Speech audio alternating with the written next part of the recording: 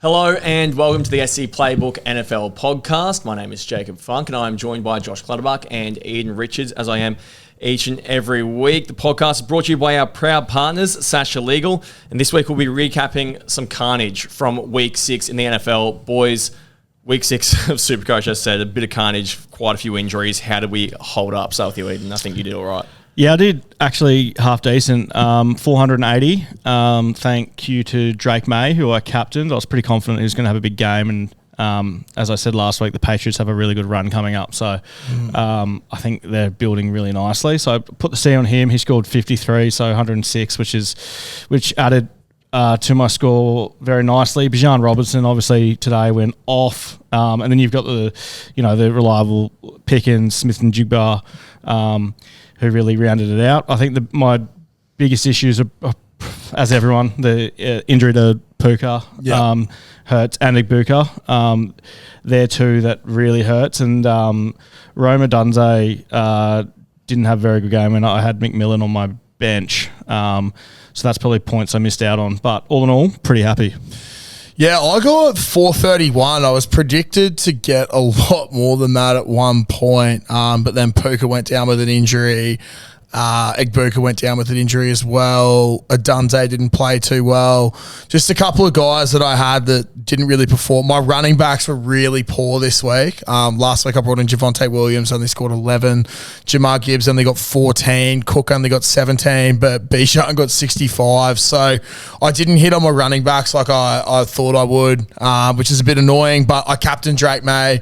I had him as my vice captain and did the old loop there, which was good. But look, I'm actually fairly happy with the team.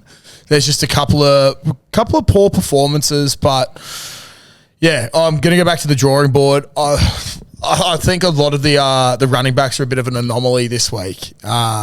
Just didn't have some good games. You couldn't predict the Cowboys to lose like they did to Carolina. Would have thought Javonte Williams featured a lot more. Jamar Gibbs lost a lot of carries to Montgomery this week. That's something that I'm keeping in the back of my mind actually going forward is, am I going to keep risking him losing those carries and points some weeks? But yeah, the Puka injury sucks. The Igbuka injury sucks. We'll see what happens there. I'm not actually too sure on the severity of those ones, but we'll see what happens going forward. How'd you go, Funky? Yeah, pretty average, back down to earth for Team Loop the Loop this week. 407. I think I lost about 1,000 places after a couple good weeks, having up around 2,000 overall. So yeah, those injuries, Puka and Igbuka really hurt me. Roma Dunze, 8 points. I was actually really lucky. Tyquan Thornton, I still had him in for whatever reason, and he put up nothing. So I got the Tet McMillan auto emergency of 32, so it could have been a lot worse. And even I had Judkins and Travion Henderson on my bench that scored nothing. So I didn't really even have points on my bench that went to that were lost to the ether. Even the Broncos D scored 26 points for me, which was good against the miserable Jets. 9 sacks for them in that one, and still it wasn't enough. So Josh Allen captain for me. Was okay, and I was lucky that that Jaden Daniels, he looked like he was going to have a really average score at halftime, but he managed to do a few things and then managed to lose the game today when he fumbled handing the ball off. So good job by Jaden there, not so much, but all right from a Supercoach team, 44 points. He did 44 points and 407 for the week. So win some, you lose some, but I'm not going to kick rocks over it. Also, make sure that you are subscribed to our podcast on YouTube and Apple or Spotify, wherever you're watching, as the weekly podcast will be rolling out throughout the season. Also, make sure that you're giving us a like on the socials, Facebook, Instagram, Twitter, and TikTok at SC Playbook NFL. We've also got weekly articles from our team of contributors, including these two boys, over at scplaybook.com.au. And, of course, the subscription package as well. You get access to premium content, including extra articles, our WhatsApp community, league prize money if you're in our unlimited league, and more for less than $2 a week. So you can sign up via the menu on our website. Just quickly, before you get into the outs, important to mention this week, the buys are the Ravens and Bills. So, of course, some really, really relevant Supercoach players there. So make sure that you're aware of that. Keep in mind they are only out 1 week, so don't necessarily go panic and sell players you wouldn't otherwise just because they're out 1 week. So just keep that in mind. There will be quite a few players out, and that will definitely play into, I think, quite a few trades this week. Talking about outs, the two biggest ones, we spoke about them, 2 injuries to Emeka Egbuka's number 1 and Puka Nacua's number 2. Yeah. We still don't know heaps at the time of recording in terms of what's happening with this. So Emeka Egbuka was a hamstring injury. He's going for an MRI. That's not good. Yeah, it's not great. They haven't said too much. So in terms of whether you'll be trading him in or out, well, you just wait for that news to come through. If he's going to be missing multiple weeks, I think a lot of people have him as an out. What about Puka Nacua? Are you guys going to hold or going to sell? I'm probably going to hold. Just going with Egbuka first. Yeah, having a look at this. He does have that the hamstring injury. They said it's not as bad as what Mike Evans had. So, look, I am probably going to hold Egbuka at this stage. I've got enough coverage and I don't want to burn trades. He's someone that I want to hold on for the year. He's obviously going to be Offensive Rookie of the Year at this stage. So, if he's only going to miss a week or two, I'm happy. I've got decent coverage on the bench, as I just said. So, personally, I'm not too worried about that one. Puka, I'm just having a little read here. Had that ankle sprain. So Sean McVay said that he's day-to-day. Yeah, so they've got game this week against, I think it was Jacksonville, possibly. Yeah, they got a London game and then a bye. And then they've got a bye. So, look, if he's only out for 2 weeks, there's no point burning a trade on him. Yeah, I think he's definitely a hold, Puka. Egbuka, I'm very wary of. Grade 1 is 2 weeks. Grade 2 is 4 to 6 weeks. If it's grade 2, I'm probably going to trade and upgrade him, I think. But, again, we just need to wait and see what the news is. So a few players on bye this week as well. So Josh Allen, Lamar Jackson, both in here. Lamar, if you've held this long, I figure you may as well keep holding him if you've held him throughout this whole time. What about Josh Allen? Are you guys selling, or what are your guys' thoughts in terms of these guys that are out for just 1 week at a time? Are you thinking it's probably a bit much to be trading them out? 2 ways to think of it. If you're running 2 QBs, like if you're running a quarterback in your flex position, if you do have someone on the bench that you can put in for the week and you're happy with that, go for it. I think if you've got trades and you can do like a like-for-like swap with Josh Allen to someone else, and you've got plenty of trades and you're happy to do that to get those points, that's probably something that's all right as well. But I also think holding him is probably not a bad option considering you're going to want him throughout the rest of the season. So if you got coverage, you might as well just hold him. But if you don't have coverage and you want to make up some points with someone else, certainly go for it, in my opinion. Yeah, like for me, I've got Jackson Dart. He just comes in, he's killing it. Allen goes to my bench, hold Allen. But I can understand if people want to get Mahomes in because he's now clearly the top scoring player in Supercoach. Yeah, I think I'm feeling like the dumbest man alive for not trading out JJ McCarthy last week. I made the one trade and I thought, well, McCarthy's still got a negative 35 break even. I'll hold on to him, and then Dart just absolutely made me look like an absolute fool. So yeah, I am interested to see how Dart goes against Denver though. I feel like that's a new test for him. That was a big reason why I didn't get Dart in last week, because it was Philly, Denver, Philly, and then I can't remember who's got the week after. It's someone else that's pretty good though. So I was thinking, geez, it's going to be a pretty tough run for him. Maybe McCarthy's actually able to... I didn't want to burn another trade after the stupid Ward to McCarthy trade at the start of the year. Didn't want to double down on stupidity. So McCarthy also in the top 10 here. It depends if you want to trade him out for someone, that's going to get you more points probably, like Jackson Dart. But if you've held this long, I think on McCarthy... Yeah, I think McCarthy, if once again, it's the same thing, coverage, but is he going to play or not is another thing. I think a lot of people are going to have a McCarthy, Allen, Lamar combo. And if you have that, you're going to have to get rid of someone. But, look, I'm going to be waiting to see what happens with McCarthy this week. If he's playing, I've held him for this long because I didn't really see any point in getting rid of him, like I did with Dart. But, I've been happy to hold him because of that break even. He's going to make cash. But, yeah, look, I'm not holding my breath that he comes back. Minnesota haven't looked that great with Carson Wentz, so I don't think they're going to hold back from letting the kid go wild. And he returned to practice today. It was his first day back at training. So he didn't look too good in that second game he played where he got injured. But, yeah, I'm happy to play him if I have to for just 1 week, but see what happens. Another guy that's in the top 5 here is, the last guy in the top 5 is Marion Hampton. He's injured. There's probably no point in touching on him. He's out for another 3 weeks at least. There's a bye coming up as well. So, there's we said about it last week. Like, he's injured for 4 weeks. So if you don't have coverage, get rid of him. I read today it's probably longer than another 4 weeks, probably more like 6 weeks. So I'd be getting rid of him. Yeah, definitely a sell. Also, a lot of money sitting on your bench there is probably just about topped out in price. Tyler Loop, the kickers, I think this is gonna throw a lot of people for a loop. I know I'm one of them. I have Ryan Coe as my second kicker. Yeah, I'm the same. And now I'm thinking, geez, I'm a bit stuck because I don't really want to be wasting trades on kickers as well. So I'm thinking that the way to go this week is that if you are trading Tyler Loop, I figure you just got to cop it and just make the trade. Otherwise, you're probably losing 15 points. You're probably just punting on those points. You can choose just to punt on the points and save the trade, or I reckon that you got to trade to a player that's already had their bye. So I think that's the move. What do you guys think there? Yeah, I've been looking at that as well. I've been looking for people that are going to be playing a lot further down the line, or their bye might be, say, a week 14 or something like that. But yeah, I feel like I've got to get rid of Loop this week. Who I bring in is another thing. I don't really know if I want to spend the money on a kicker for people that have already had their buys. Like the Atlanta kicker, Romo, he's going to be able to come in there, but I believe he's something around 10 mil at the moment. So the way I'm looking at it... all those options are in that 10 million sort of range. Yeah, the way I'm looking at it is I don't really want to pay that much, even though it's only an extra 3 or 4 mil. I don't want to pay that for a kicker. It feels a bit dirty, doesn't it? Having to waste a trade on a kicker. Yeah, I've got my idea on who I want to bring in, but we'll talk about that at trades. But yeah, I could definitely say I think Tyler Loop's definitely going to be one of the most traded out people this week. In saying that, Cam Dicker scored 44 points this week. Ridiculous. That's insane.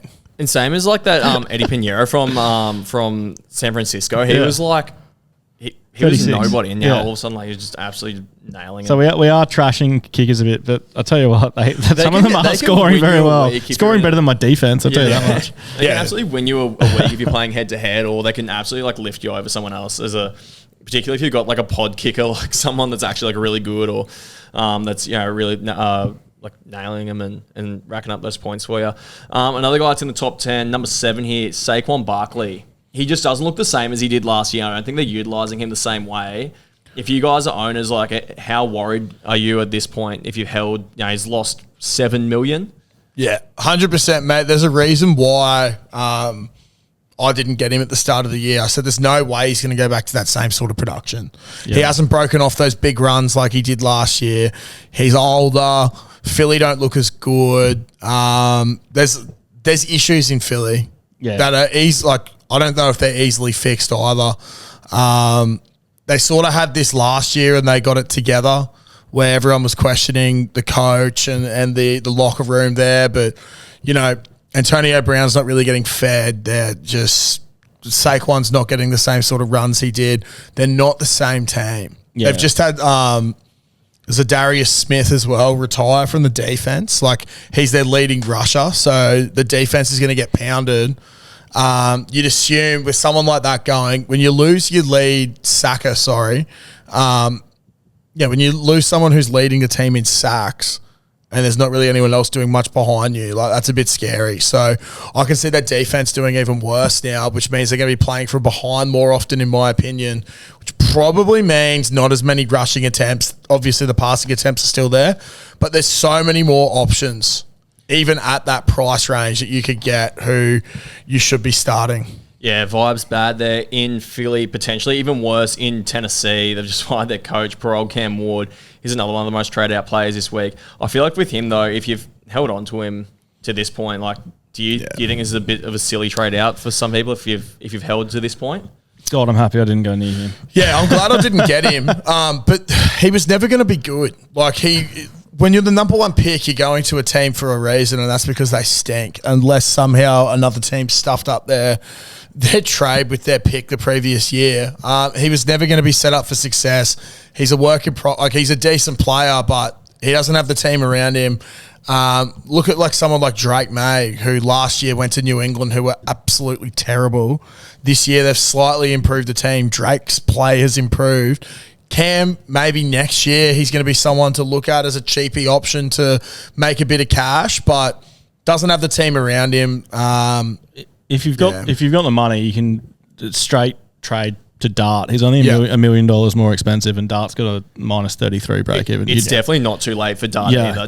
Doing that. Even though he made like $4 million or $5 million, something ridiculous this week, don't think that just because you lost out on all that money last week, don't think that you've missed the boat on Jackson Dart. It's never too late also, to get aboard. As a Patriots fan, Cam Ward might not even hit his break even against the Pats this week. His break even's 9, and I reckon they're in for a world of hurt against the Patriots. Yeah, look, Pats played terribly. The defense played terribly against New Orleans. Spencer Rattler might actually not be that bad, but I think Mike Vrabel coming up against his old team, the first team that he coached, was the head coach for, sorry.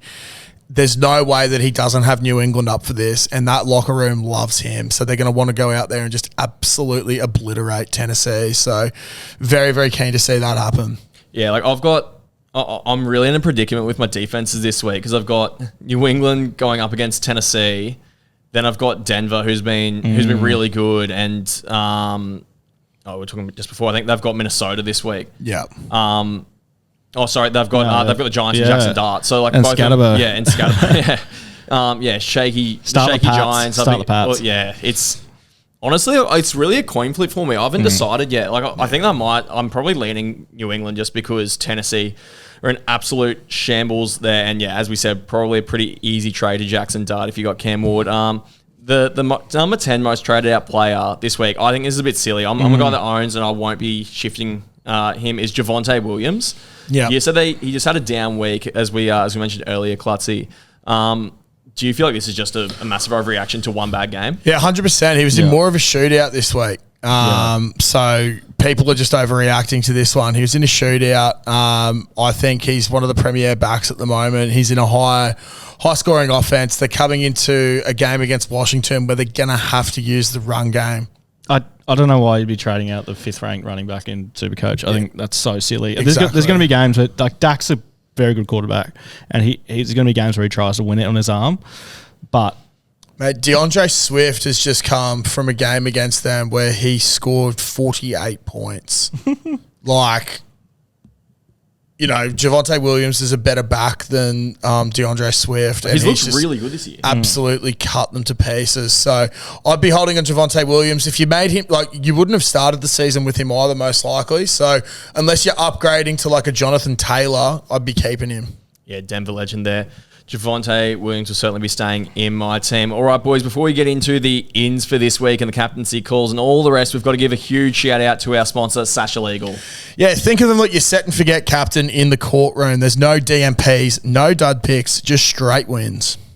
Exactly. When it comes to disputes and litigation, Sasha Legal is like locking in a premium QB1 as captain. No wasted trades. They don't loophole arguments. They just rack up points week after week. That's it, mate. Let's be real. In Supercoach, we all make rookie mistakes at some point, but in law, you don't want that. Sasha Legal is the premium pick, the point of difference that always delivers. Your case is their grand final. Every move counts, and Sasha Legal plays the full 80 or the full 4 quarters if you're thinking NFL.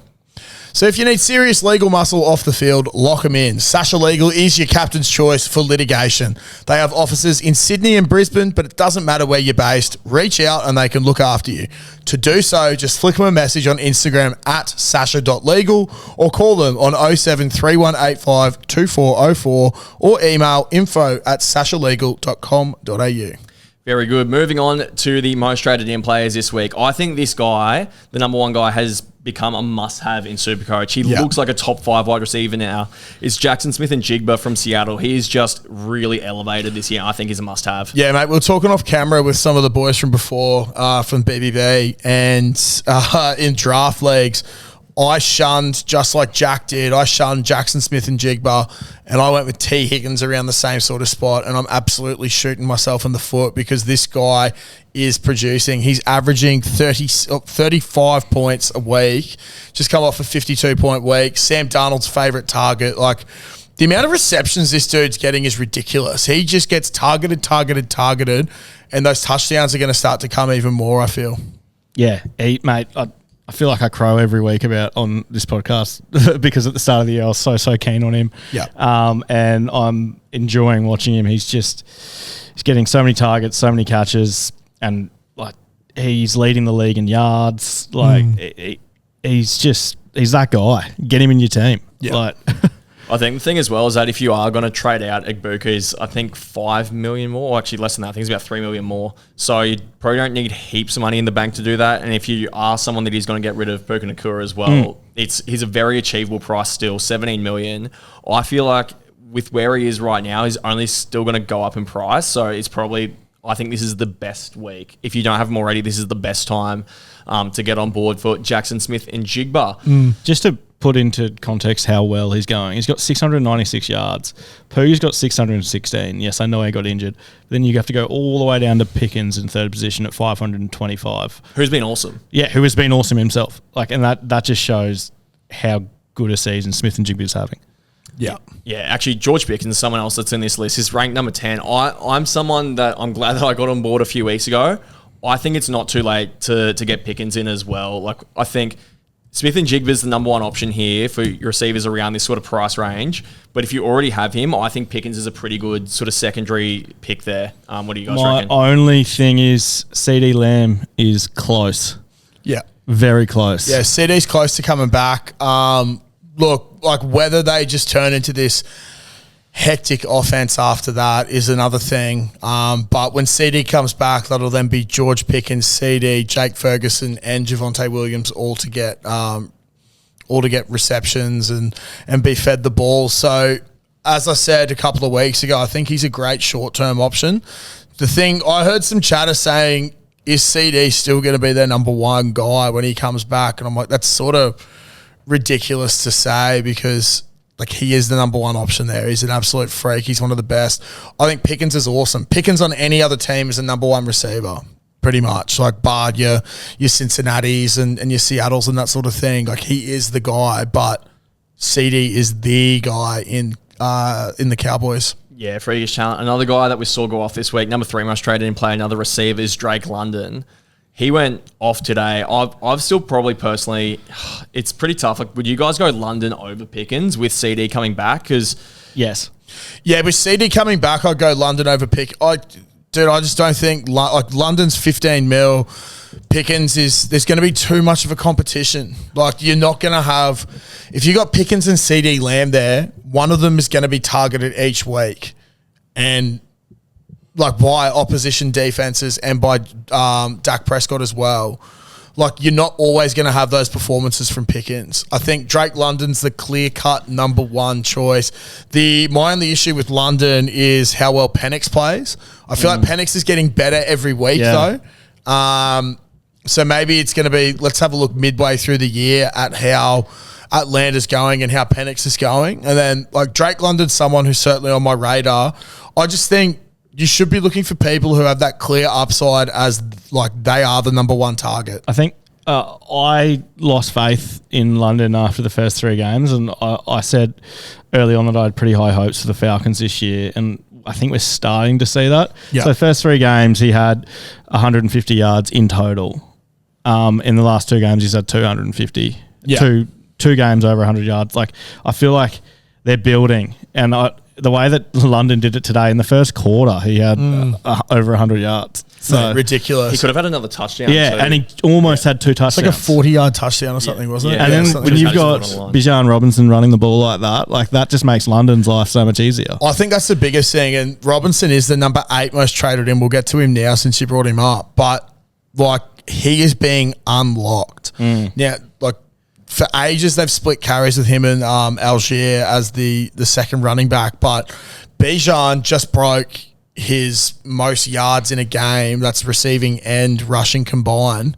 Had his highest total. Last week he broke it. So like he's continuously breaking records here, and he did it against the Bills. Yeah. Like the Bills are a good team. Today. Yeah, sorry, and he had another 238 today. Yeah, so that's his record. So he broke last week. So they've got a understrength 49ers in prime time next week as well. When you have a guy who's a running back who's rushing for or getting 238 yards, defenses are going to be shitting themselves. Yeah. So, of course, Drake London's going to get better looks.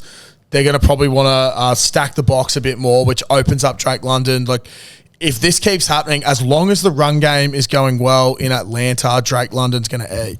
Yeah. And he got 8 targets today as well, which is just crazy. Like, Algier have won. A quick game for you guys with the wide receivers. How many wide receivers in Atlanta do you reckon caught passes today?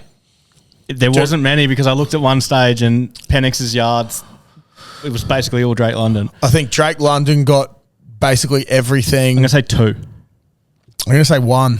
It was one. It was just Drake London. Yeah. They had one other guy, Casey Washington, had 2 targets with no catches. Yeah. And only 4 players caught a catch for Atlanta. So, Pitt's got a bunch of those, Drake London, and then, the rest of them, Robinson and Algier, which shows that Robinson's really being utilised in a receiving role now as well, which I think makes him an even better target. The guy that's just below him in terms of trade-ins is Jonathan Taylor. I think a lot of guys you'll want both of these guys by the end of the year, and I think a lot of people will have at least one of them now. But if anyone doesn't, would you go Robinson or Taylor as the priority for this week? Mate, I don't know about this week. I'd be going Robinson, but Bijan Robinson's not being given enough credit, I don't think. Like, he's played one less game now, so he's not in the top 10, but he's 0.3 points average per game behind Jonathan Taylor. Like, Bijan Robinson has and I've been pretty high on him for a while, but Bijan Robinson to me is possibly going to end up as the number 1 running back this year. Yeah. I wouldn't be like that 81-yard touchdown today was freakish. I think it's going to be between him and Taylor, but Bijan Robinson's coming to take that title. Yeah, another guy that's been a standout over the last few weeks has been Cam Scatterboo. He's going up against Denver this week though, so I don't know. What do you guys make of this? Because I'm probably with them having this tough run. With them having Denver this week, Philly next week. I feel like you've maybe missed the boat. I was about to say, I feel like I've missed the boat on Cam, considering I could have got him $9.5 million cheaper 4 weeks ago. I wouldn't be spending $13 million on him. They had a good run, but they've, as you said, tough run coming up. I feel like he's going to plateau pretty soon. I know he's got a negative break even still, but all it takes is one game of 10 points and suddenly he's just not going to make any more money. So it's a no from me. I'm very jealous of people that brought him in 4 or 5 weeks ago. Yeah, exactly. I think there's probably some better options around that price anyway. Or I'd be looking at another person who's been brought in, Kamani Vidal, if he goes well this week. I wouldn't bring him in this week. But if he goes well again next week, like, you're probably looking at him over a Scatterbo because Hampton's going to be out for that extended. And if you want a cheaper option to generate that cash, that's probably someone I'd be looking at over Scat. I think Scat's awesome, but he's a rookie with a rookie quarterback. There's going to be some teething issues coming up very soon, I feel. And you don't want to have him around for them. Yeah, I was going to say, I don't think he should be 6, Kamani Vidal. No, I wouldn't be bringing him in because he's not going to go up in any money this week because it's only his second game. Yeah. And he dominated the backfield this week, but there is a chance that he could still split carries next week. 100%. So it was only one game. So I feel like you need this second game just to that reassurance because he's RB1 at the moment, but there still could be a bit of a committee there. It's going to be a committee. They do this all the time. You watch. He'll have a terrible game next week. I don't know if I agree because I think that what they've had in the past is they've had actual options, whereas I think Hassan Haskins just sucks. And he had 6 carries for 14 yards this week with 1 catch. I think Vidal's just he's just better. He's just a much, much better player than Haskins, who's our only other option at the moment. I think in terms of RB cheapies, sure, you got your extra week. But I think in terms of RB cheapies, I think that if you are looking to downgrade or to get someone in that's cheapy this week, he's probably, I think, still the best option. Yeah. The only thing I'd watch for is I think that the Chargers will be in the market to make a trade for a better running back. We're speaking a bit off camera about potentially the Panthers with how good Dowdle's been. They could trade potentially Chuba Hubbard. Or, there could be something like that happen. Is a trade that could potentially happen, there's a number of other running backs that they could potentially trade for that would then mean that he'd split carries. If that doesn't happen, as long as they don't make a trade, I think that he will be the number 1 guy there. Speaking about a guy that was number 1 at the start of the year, Everyone got off board, but now number 5.5% of people are getting back in on Jamar Chase. I've been waiting to see how he go with Flacco, and Green Bay doesn't have the worst defense. He did well against Detroit. Look, considering I forgot what I sold him for, but he's certainly someone on my radar as someone to bring back. He's bottomed out now. It's break even 7, so he's going to start. So he's going to start making cash. Money. I genuinely think this is a great time to jump back on him. It's going to be all dependent on how that offensive line goes. But Flacco obviously was doing terrible in Cleveland.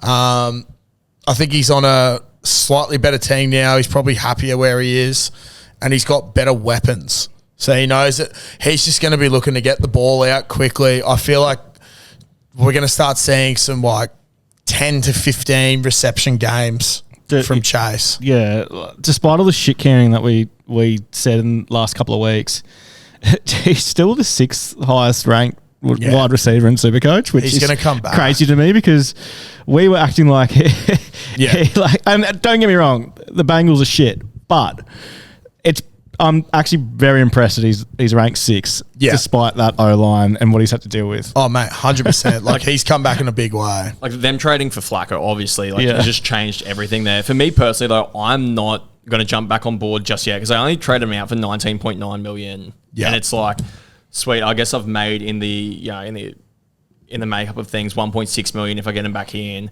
Yeah. But I think I've just got bigger fires to put out my team at the moment. So I would love to have Chase back in at some point, but it's not going to be happening just yet for me. The last guy that we haven't touched on yet is Jackson Dart. He was fantastic, but as we sort of mentioned, tough game against Denver this week. I still don't hate it if you want to bring him in. Like with his break-even's minus 33. I think he's the best of the rookie quarterbacks this year. So you might as well, if you're looking to bring him in instead of your Cam Ward or your JJ McCarthy, if that's what you want. And look, it's probably just going to be a week option. He's going to be in for a week, and that's it. I would, if I had Cam Ward, I would trade him for Dart this week. He's Dart's an extremely playable option as well.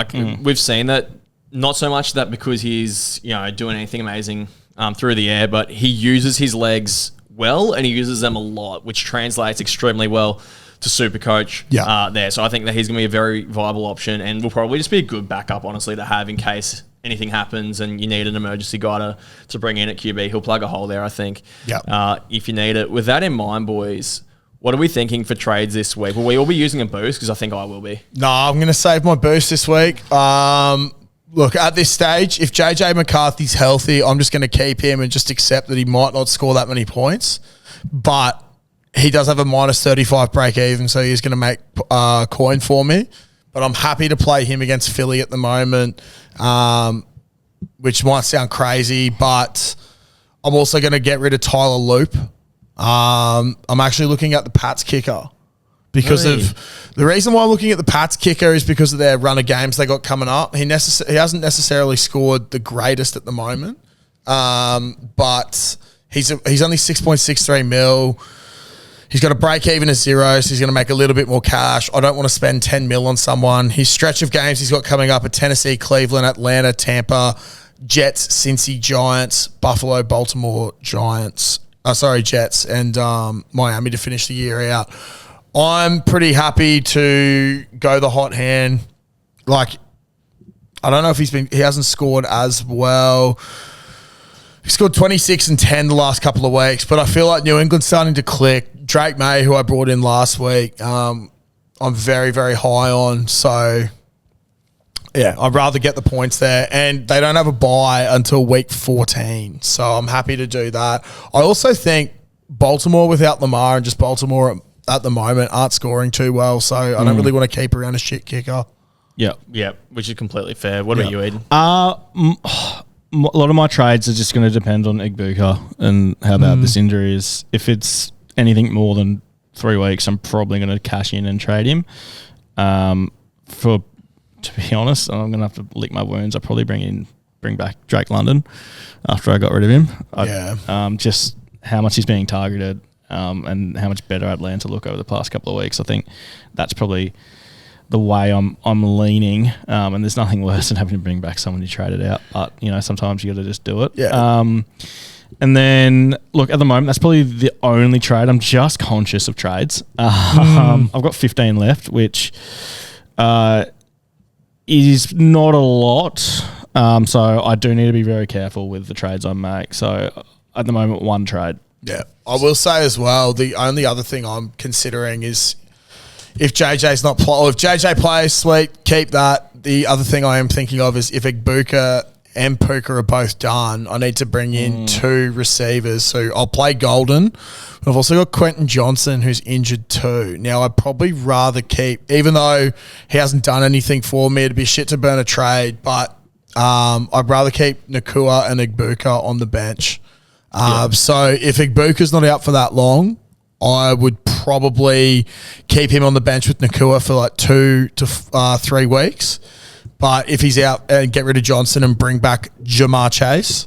But if Igbuka is out for a longer time, I'm probably prepared to get rid of him and bring in, Jamar Chase again and just ride the wave of it. I'm thinking that I might go a bit rogue here and was strongly considering going Josh Allen to Jackson Dart. And even though he's only out for 1 week, and then try and get Allen back in next week.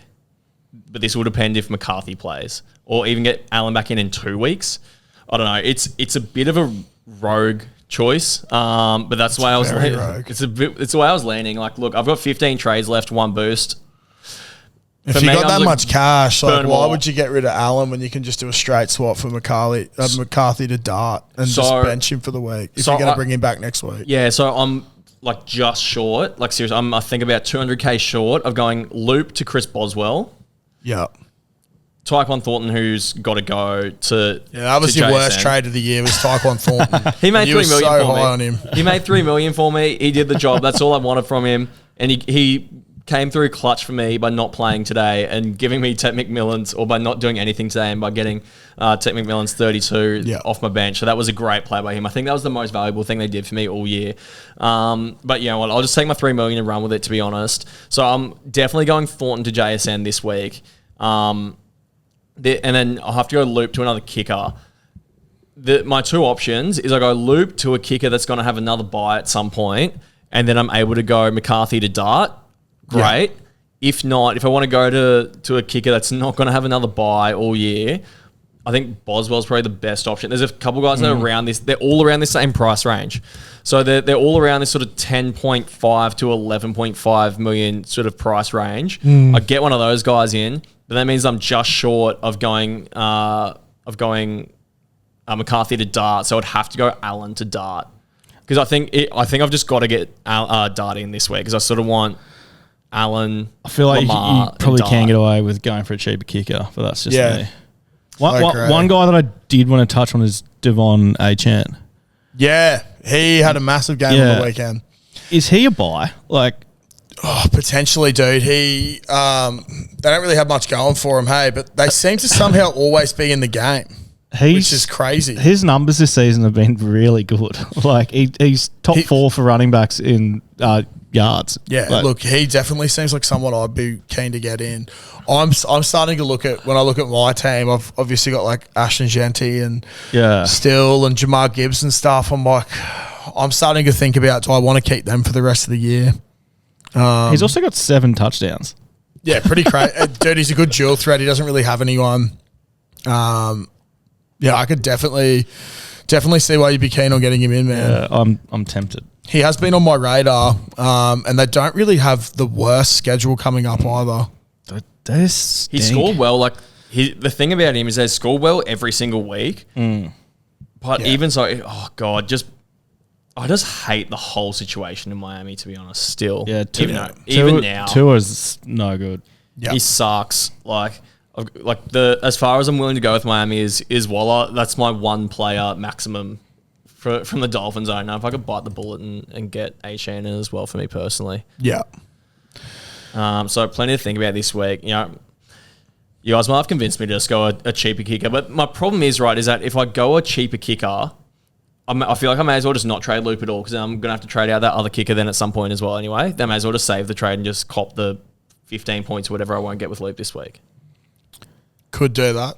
Yep. So Could do that. Mate, sounds like you got a lot of things to ponder. Thank God the NRL season's finished and I've got less to ponder at this time of year. But yeah, potentially might even just save the trade on Loop. There, just cop the one less player and then just go straight up. McCarthy to Dart actually sounds like a much better plan now. I think about it. I think one thing that me and Josh will agree on is that Drake Maye is a great captaincy choice this week. Yeah, I can't believe he tried to call me out for that. But I'll definitely be.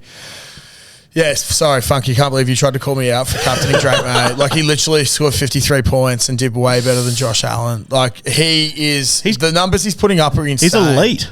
He's so good. He's looking good. Like, people don't know how to stop him because I was watching something today, they're talking about you try and do this coverage against him and then he does this and he like peel out and do all this stuff. Doesn't matter what, like, we don't have a great receiver core either, so it doesn't matter who's there. He's just going to throw to the hot hand. Are you enjoying this Patriots sandwich? It's delicious. He also should have had another touchdown as well. There was a BS flag that against a big touchdown as well. But yeah, so look,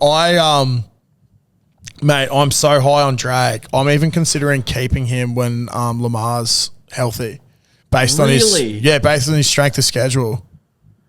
I am as well. I never saw him doing this. Like, if you listen to anyone, he's having one of the all-time seasons, which is good, mate. And like, they've got some tough games coming up. Baltimore after that bye, Chicago, Minnesota.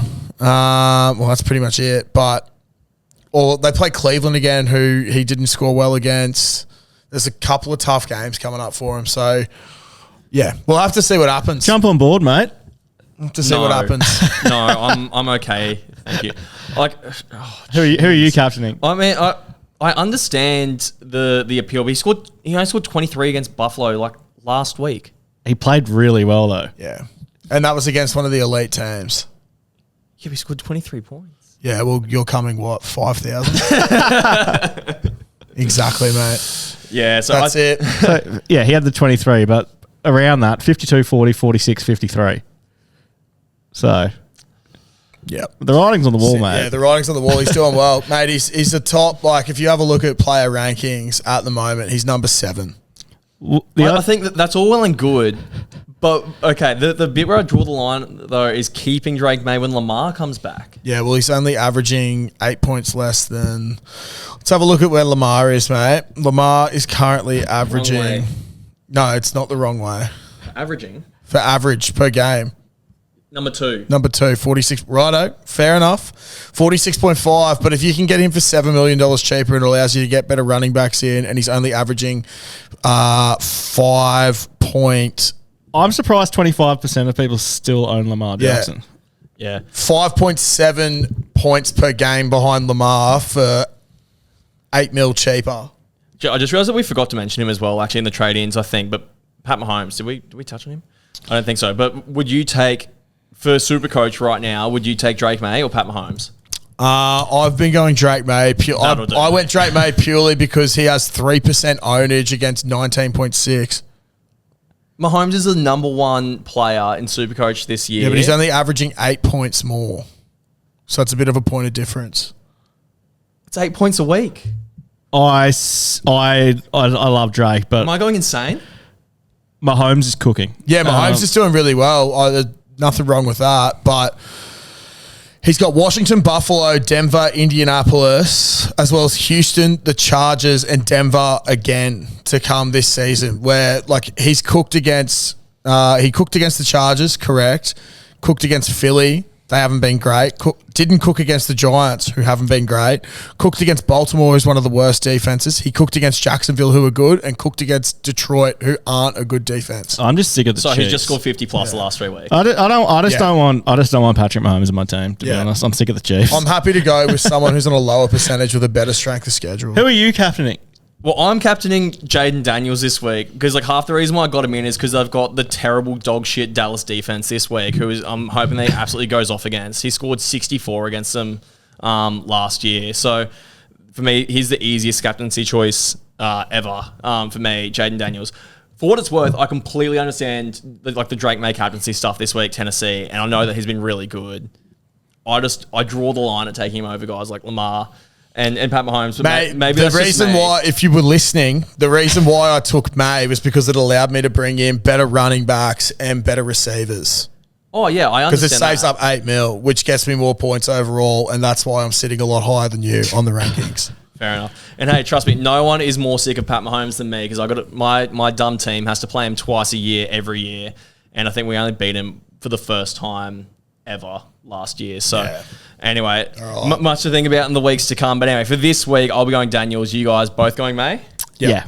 Yeah, mate, we established that about 10 minutes ago. All right, plenty to take out of that. Well, anyway, that brings us to the end of this week's podcast. It should be plenty interesting to see what comes about then in week 7 with those guys on bye, big week. So make sure that you're checking your teams, make sure that you're getting all your stuff sorted with the buys and whatnot, particularly with a bunch of players that are pretty Supercoach relevant there. Make sure you're giving us a like on the socials. Make sure you're subscribed and make sure that you're checking back next week to see what happens in week 7 of the NFL and get all you need to know before week 8.